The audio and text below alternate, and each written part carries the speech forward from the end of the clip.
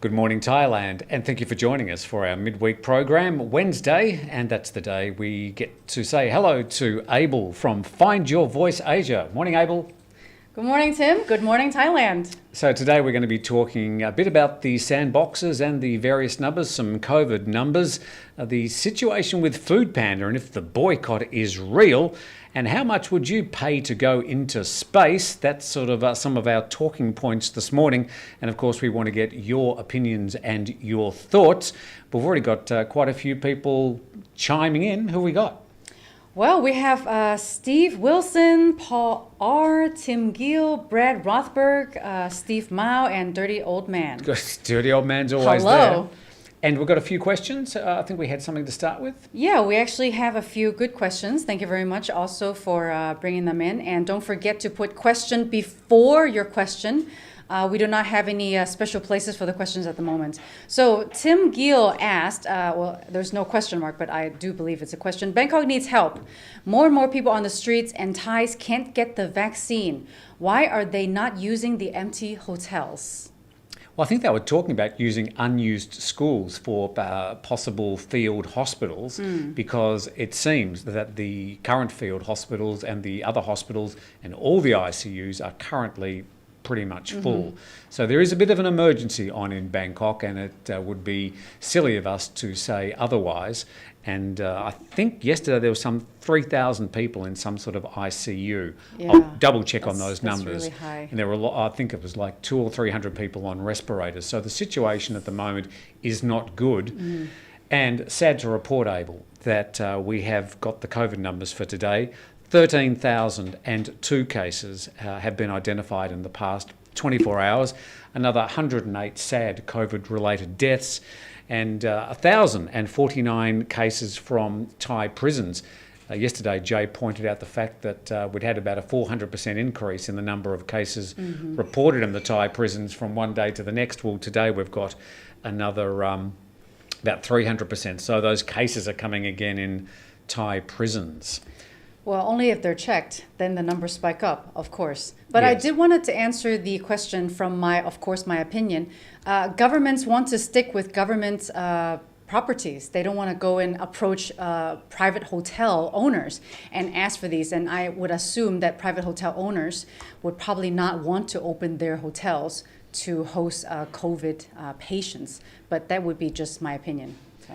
Well, yeah, but it's sort of not really what you would call a good optic for the hotel. Hi, come to our fabulous hotel and you can see COVID patients. It's not going to work. So it's just easier for them to stick with like their own private, their own properties, government related, so public schools and things like that are owned by the government. James asked the question, 14-day quarantine for vaccinated tourists? Well, not in Phuket or Samui, but if you go to Bangkok, even if you're vaccinated, currently you'll have to do 14 days of ASQ if you arrive in Bangkok. Yeah. That is why people are arriving through places like Phuket at the moment, and so much Samui, we'll get to that in a sec. But the idea is that you can float around the island. The whole island is your quarantine. Right. Today, the PM is meeting with a chunk of CEOs in Bangkok, people who run some big companies. And he's basically having a talk fest to discuss the current COVID situation and the economic impact on Thai people. He is going to be questioning, is this having a big economic impact on the country? I could save you the entire meeting, Mr. Prime Minister, and say, yes, it is going to be having a profound effect and is having a profound effect on a lot of people. So I think the tone of the meeting perhaps should be about what they can do to help people whilst they've currently got all these restrictions happening. Well, it's really important to try to put yourself into the shoes of the people who are suffering. I mean, if you are the government officials, you are already still getting salary. Everything is still quite normal for you. But there are lots of people, local people suffering, especially trying to feed their family and their children. That is like the basic needs, right? That needs to be taken care of. Also, we can announce today that after 3 months of dilly-dallying and some false starts, the government have actually signed a supply agreement with Pfizer for some 20 million doses of the Pfizer COVID vaccine. But, I mean, the truth is they're not going to arrive until probably the last quarter of this year. So it's not the AstraZeneca anymore. Are they not sending in? Are they not creating any more AstraZenecas in Thailand? They're making it here in Thailand, but every time they announce the number of doses that are being produced, the number seems to keep dropping. But the more vaccines we get into the country of any type, the better. Right. All the vaccines work, and they work in slightly different ways, but they all have an efficacy to save you critical time in hospital. Right. Also, just on the sandboxes, we can say that Samui had 70 people arrive, but they were from Phuket. Real. People who had done the Phuket sandbox and have now gone to Samui. As far as people who arrived in Samui yesterday for the Samui Plus, one person. But that was expected, though. Phuket is the only open place where people can roam around. Same with Samui. But they have to stay in Phuket for 3 days or something, right? No. No, I forgot. They can go to Samui, they can fly in, but they have to go via Bangkok, of course, and then catch a Bangkok Airways flight. And then they stay in the hotel, I think, for 3 days. Then they can roam around the island, and then after 7 days, they can travel. 3 days in Samui, yes, correct. They can travel to the other islands after 7 days, and then after 14 days, they can travel to other parts of the country. Right. And yesterday, the Tourism Authority of Thailand, our dear friends at the Tourism Authority of Thailand, have announced the next sandbox. And they're saying that Phang Nga and Krabi, which of course are adjacent to Phuket, places like Phi Phi Island are in the province of Krabi. Right. And Phang Nga Bay, where you can go to James Bond Island, that's in Phang Nga. So those are going to be the next on the list of opening up as a sandbox, probably starting on August the 1st. So there you go. Well, if you were to measure the success of the sandbox, what would you put as the way that you'd measure that success? If I actually listen to the word success, I don't think that's actually like a correct word to use, because it's hard to define, because success means different things to different people. But I believe that anything that is initiating of welcoming tourists back is a stage of success, not particularly any specific numbers, because of course Thailand has a huge increase compared to ever before of COVID cases, and people here locally are still quite worried about all these new people coming in and spreading.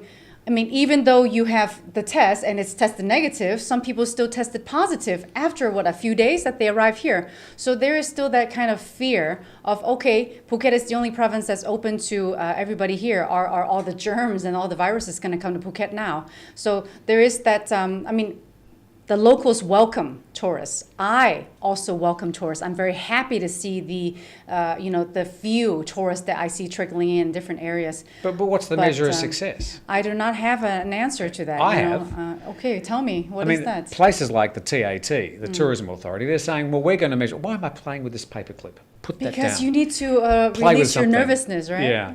They're saying it's just the numbers. How many people are coming to the island? I'm saying the only measure of success of the Phuket Sandbox and any of these other reopenings around Thailand is how many shops are reopening, how many workers are coming back to those zones to get gainful employment again. So the measure of success of the Sandbox to me is shops reopening, and I'm not seeing that at the moment.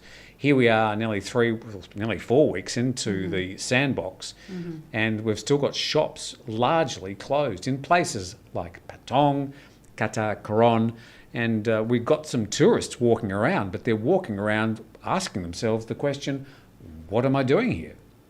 Yeah. That's my measure of success. Anyway, we're going to have a quick break. I would agree to that. And we're going to come back and we're going to head up into space and ask whether you'd be spending $250,000 on jumping in a steel box and being boosted into space. Right after this on Good Morning Thailand.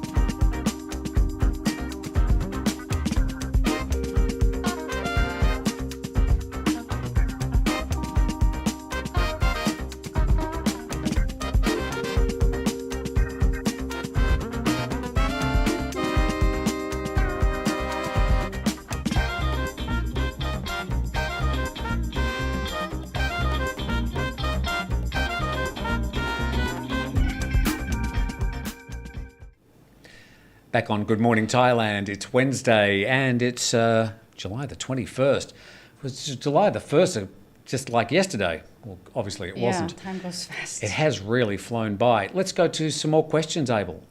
Yes, there's a lot of questions coming in, so thank you very much to all the viewers. I do have a question, and I have lost the question now, but I just have memorized it. How many percentage of people are vaccinated in Phuket? Do you have any idea, Tim? I missed the question. I'm sorry.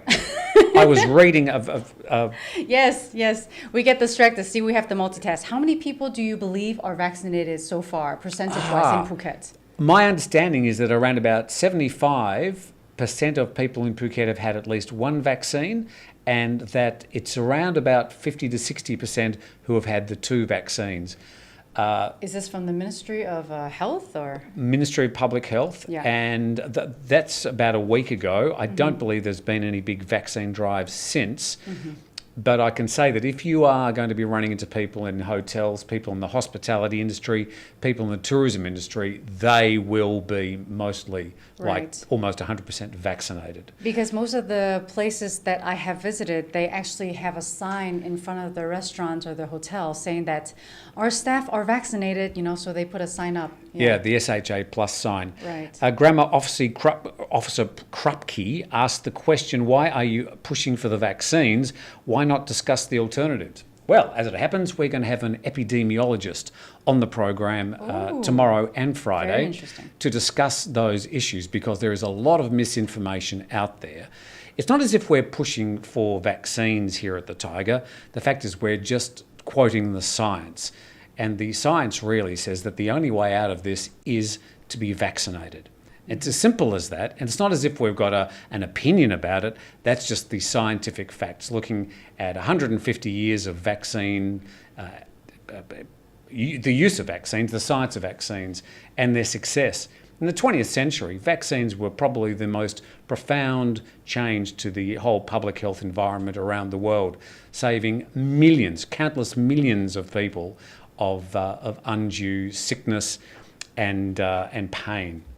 So it's not as if we're pushing vaccines, we're just saying that this is the only way out of the situation, like it or not.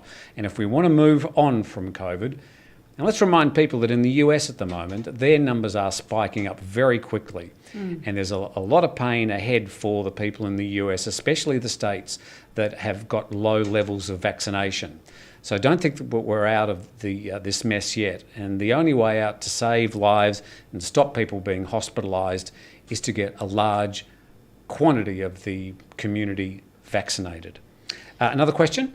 Yeah, there was some comments about what you're saying, is that they are quite angry with the fact that the vaccine rollout is so slow in Thailand. Yeah.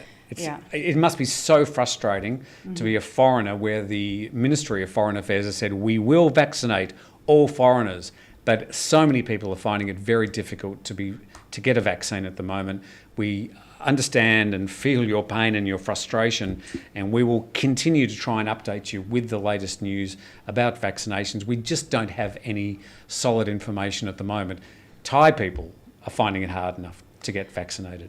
Yes, exactly, because of the protests you see, and also what I learned just yesterday from a source is that Thailand is actually one of the latest, or like the country that was in like the latest queue to order the millions of vaccine from AstraZeneca, right? The factory. But we did so well last year. I think the government were lulled into a false sense of security. Let's go into space. Yes. We've got this vision to show you while we have a bit of a talk about this. This is the Blue Origins, the company by Jeff Bezos, who's from Amazon. And yesterday they took off with 4 just average human beings. Well, when I say except for one. The 4 very interesting people. There was Jeff and his brother Mark, and there was an 82-year-old lady, Wally Funk. You're going to tell us more about her in a sec. Yeah. And also an 18-year-old graduate. So they had the 2 brothers plus the oldest and the youngest people ever to go into space. Wow. Now, it was an 11-minute, basically a joyride. And they went up and they came back down, because that's sort of the way gravity works. So they actually went into space, or they were just kind of pushing it? You could say they kissed the edge of space. It's not really like a hard line. They went up 100 kilometres. So that's a long way up. But I'm going to give you this perspective. So you can imagine, Abel, a globe at school. You know those, we've still got the vision on, so I need to sort of show to the camera what I'm talking about. Can it cut back to me? Here we go. So imagine a school globe. You know the ones that were in the classroom and they're about that big. Right. So on that globe, tell me how far, of the relationship to that, how far did they go above that globe? Well, centimetres, millimetres, this far, that far. This is the globe. Millimetres? How many?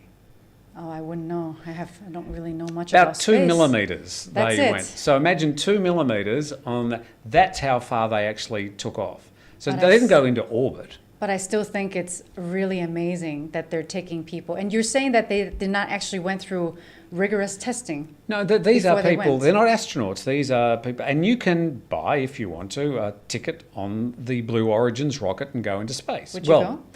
Oh, I'd go, for sure. 250,000 US, is it? And people are asking the question, should we be following these billionaires and their frippery of going into space at this time where all that money might be able to be spent on the people who are truly suffering during the COVID-19 pandemic around the world? Is it money well spent?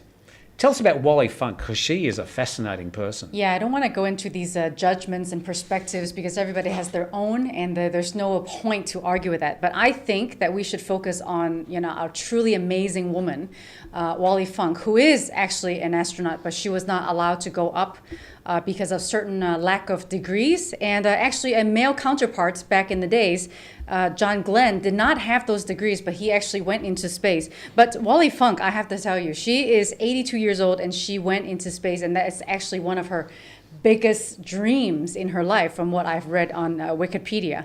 And she is actually a professional aviator at 20. I mean, what were you doing at 20 years old? She's a professional aviator. And she is the only astronaut, real astronaut, out of the other 3 people who went into space. And she's so many firsts. She's the first female civilian flight instructor, first female Federal Aviation Agency inspector. I mean, this woman is just amazing. So, yeah, I was thinking all the time. I watched this last night live. I was fascinated. And that's why I'm talking about it today, because I'm thinking we're watching this rocket go up into the edge of space and getting all excited about it. And I thought, didn't we do this like 50 years ago with Alan Shepard and Yuri Gagarin? And they actually went into Earth orbit. Why are we getting so excited? Maybe because these are just ordinary people. I think it's because it's ordinary people besides Wally Funk, and that it's Jeff Bezos. I mean, he's like famous, right? Amazon. Right.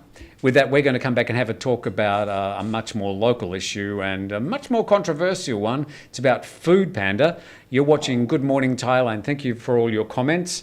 People in a bit of a jizz over what I was saying there. Anyway, we'll get back to that in just a moment on Good Morning Thailand. It's time to join the conversation. Thaiger Talk is our forum where you can share your thoughts and comments about all the news stories, as well as just about anything happening in Thailand. Just scroll down under any Thaiger story, click on Thaiger Talk, register, and you're in. It's time to join Thailand's fastest growing forum. So jump in and be part of the Thaiger Talk conversation. On Good Morning Thailand, let's talk Food Panda. Yes. And they're in the news at the moment, probably for all the wrong reasons. And Yes. they must be arriving at work today thinking, oh my goodness, we've got to face all this.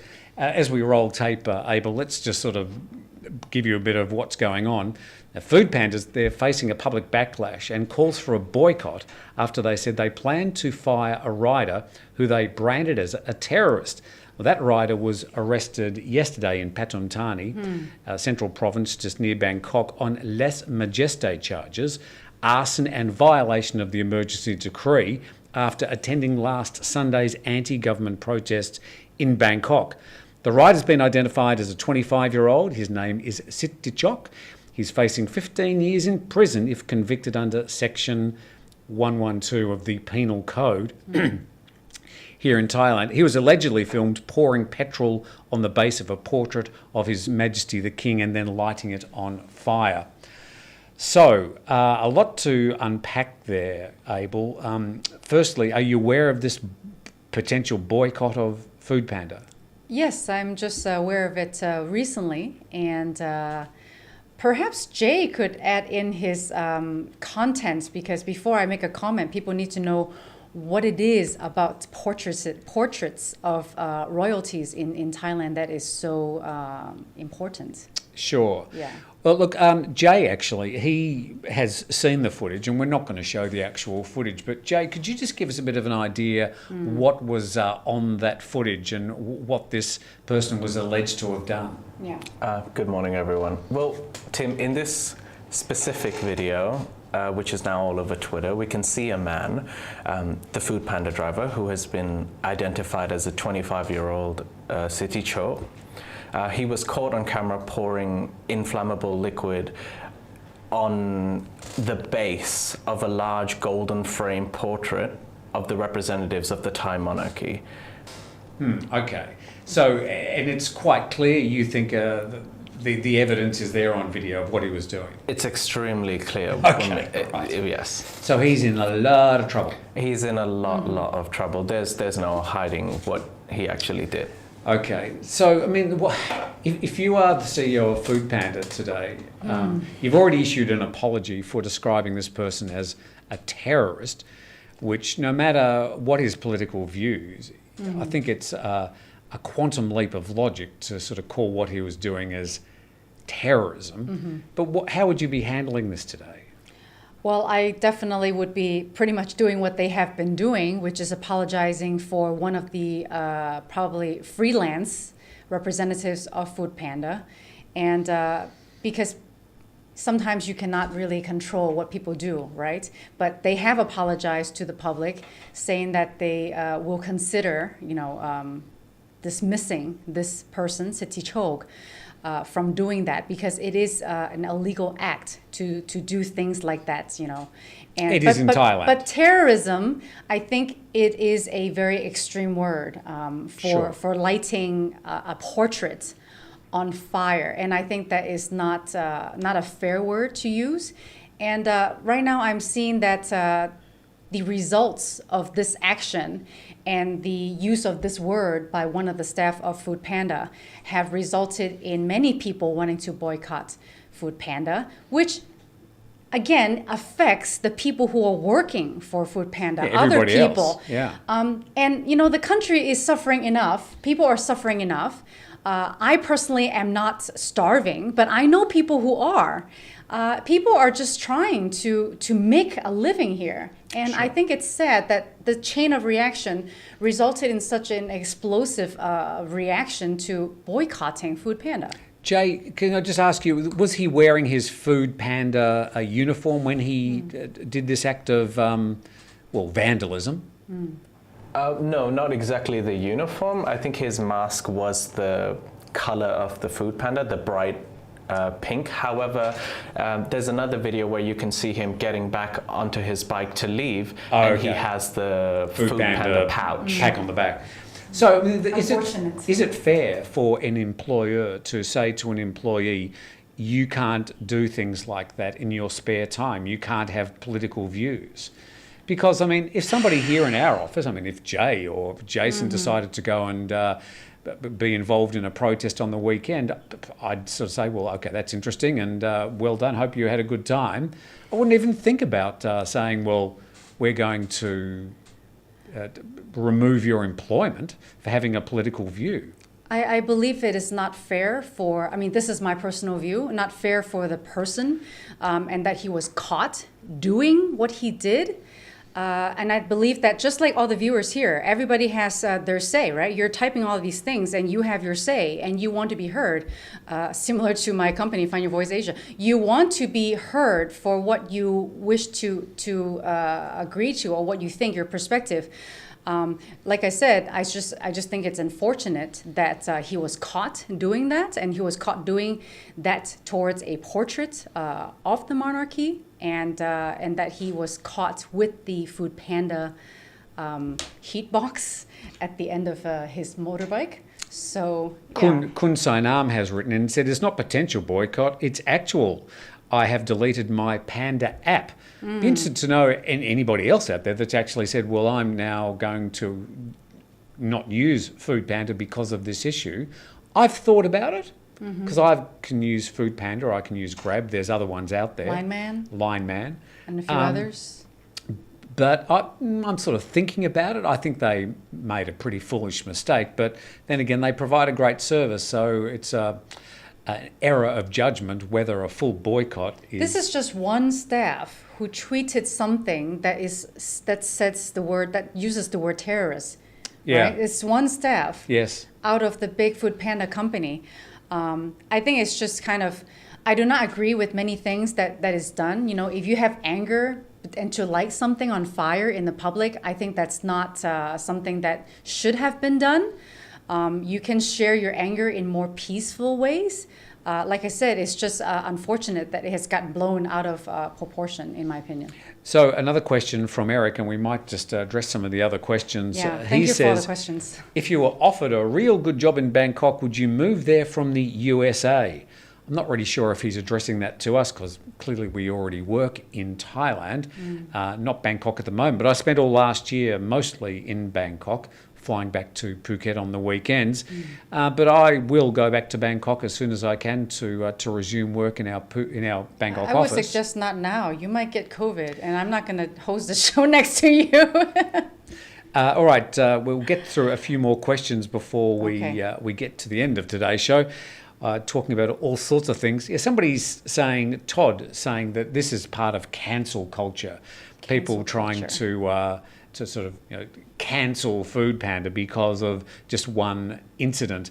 Is this incident worth a boycott? This is what I'm questioning, whether they need to be punished to such an extent for one person issuing a badly worded press statement. Right. People make mistakes. You know, you have to realize that we are all human and we make mistakes. There are thousands of other Food Panda drivers who you are now punishing. Yeah, and exactly. It's not their fault. And it's difficult enough to get a job in Thailand at the moment. So maybe we should ease up a bit on Food Panda. Although, of course, you are well entitled to boycott them if you choose. Right. Here's one from Dun Roman, one of our members. Thank you very much for being a member. Says, time for Thailand, step out of the dark ages and get rid of these stupid laws. Things like lèse majesté are considered by people to be quite draconian. Organisations like Amnesty International, I'm playing with the paperclip again. I don't know why. But whether you think they are stupid laws or not, they are the laws of this country we live in, and it's not up to us to change these laws. It's up to the Thai people to decide if they want to retain these laws or not. But yes, they are quite draconian if you want to compare them to Western countries. But Thailand is unique, and the longer you live here, the more you understand how unique it actually is. Another question there, Abel? I see a lot of comments. Let's go through some of them. There's so many comments. It's not a crime till you get caught. Bill Hayes. And then let's see. Okay, I'm not going to answer questions about me personally. Okay, but I'm not Thai. Where are they? Where are they? There's too many. But let's focus on the news topics, yeah. And then you don't actually need to. You don't actually need to worry about my ethnicity, my intelligence, my clothing, etc. But you're most welcome to comment. But I'm just not going to reply to them personally.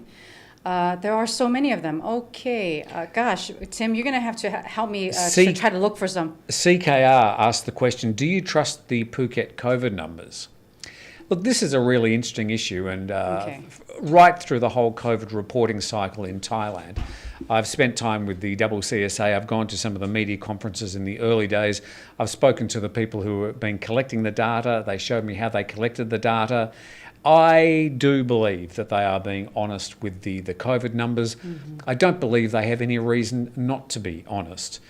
And, I mean, at the moment, they're reporting higher case numbers. So if they were trying to hide something, they would perhaps show a falling number of cases. So if you're talking specifically about Phuket because they're trying to protect the Sandbox or something, no, I don't think they are hiding those numbers. I think they're being honest and that we are being very successful in containing the situation. Yeah. It is easier here in Phuket because it is an island.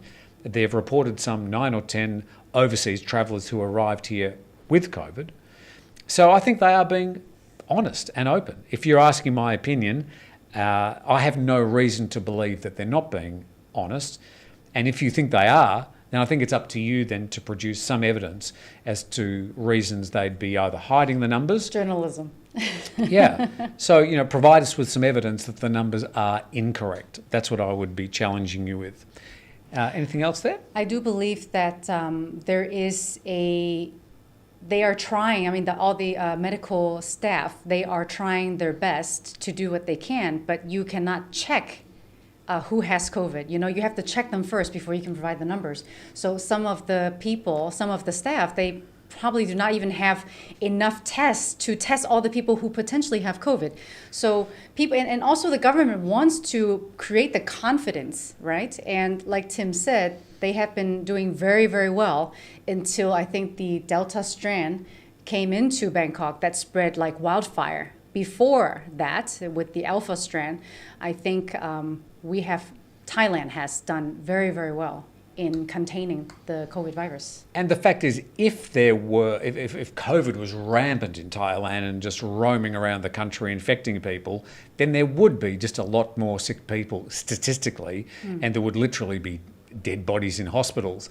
And if that situation was true, believe me, people would be picking up these things and going snap, snap, snap and posting it on their social media accounts. Right. That hasn't been happening. Sick Puppy, another one of our members, thank you very much for being a member, asked the question, when will the Thai healthcare system collapse?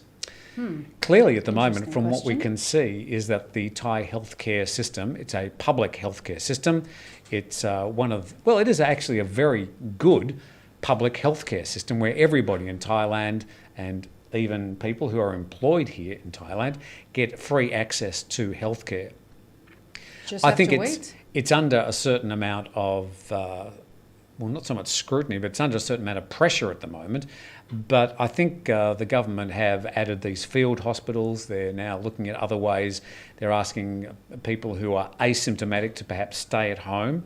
So I think they are trying to keep the pressure off the healthcare system and keep it available for people who are truly sick and suffering. Right. So at the moment, as far as we know, the evidence we can see is that the public healthcare system is coping with the situation in Thailand at the moment. Let's hope that continues.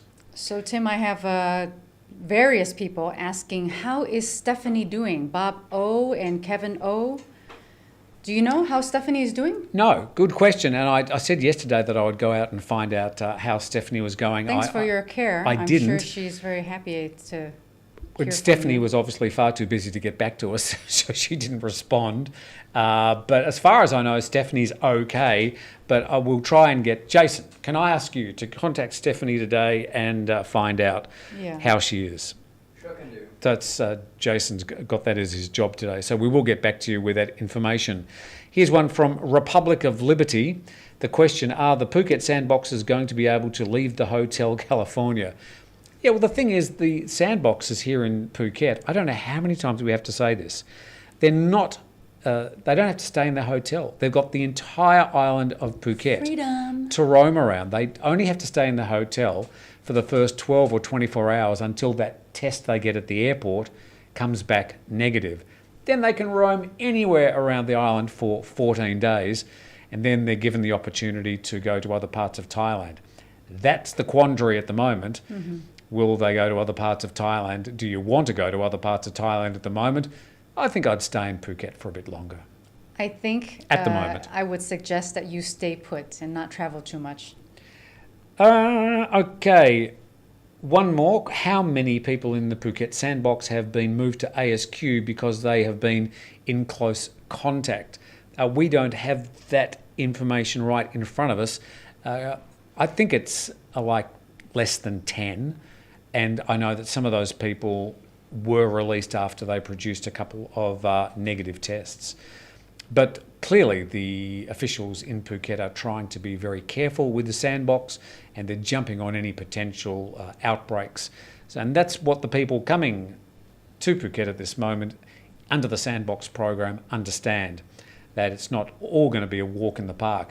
But these people are pioneers, and thank heavens they've been coming. And nearly 10,000 people have arrived during the Sandbox. About 50% of those people are actual tourists. Thank you for coming. One of them actually here in the studio taking photos this morning. Hope you tested negative, sir.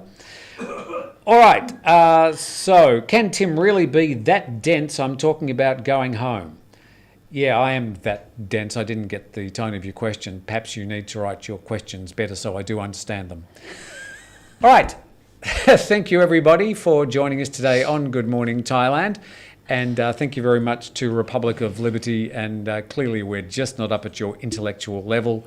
And we'll do our best to struggle up to the heights of your intelligence in the next few days. Thank you, Abel. I'm sorry. From Find Your Voice Asia. Thank you, Tim. Thanks for having me. And thank you very much to Jason and Jay and our guest James, who's been roaming around the background there taking photos. Thank you to all you people who commented. We got to as many as we could, speaking about, well, just about everything about the other than the Sandbox, but of course we ended up getting dragged into questions about the Sandbox. We do have an epidemiologist. She's been in TED Talks, highly regarded, and we're going to put the hard questions to her about these vaccines, about the Delta variant, and what the future is under the current situation. Looking forward to that. Definitely looking forward to that. I'll be joining tomorrow. Thank you for joining us on Good Morning Thailand, and we'll see you later in the day with Thailand News Today. Thanks for joining us.